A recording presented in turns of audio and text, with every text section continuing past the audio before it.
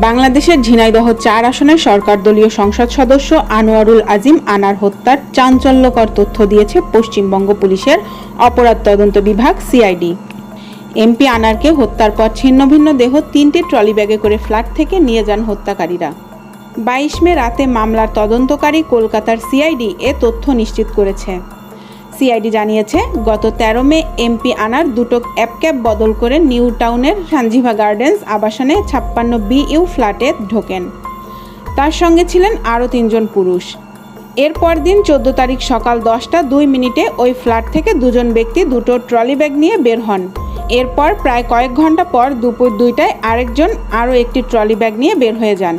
১২ মে থেকে ২২ তারিখ গভীর রাত পর্যন্ত ওই আবাসনের গুরুত্বপূর্ণ সব সিসিটিভি ফুটেজ বিশ্লেষণ করে গোয়েন্দারা নিশ্চিত হন যে ওই সময়ের মধ্যেই বাংলাদেশের এমপিকে হত্যা করা হয় এবং হত্যা করে তার দেহ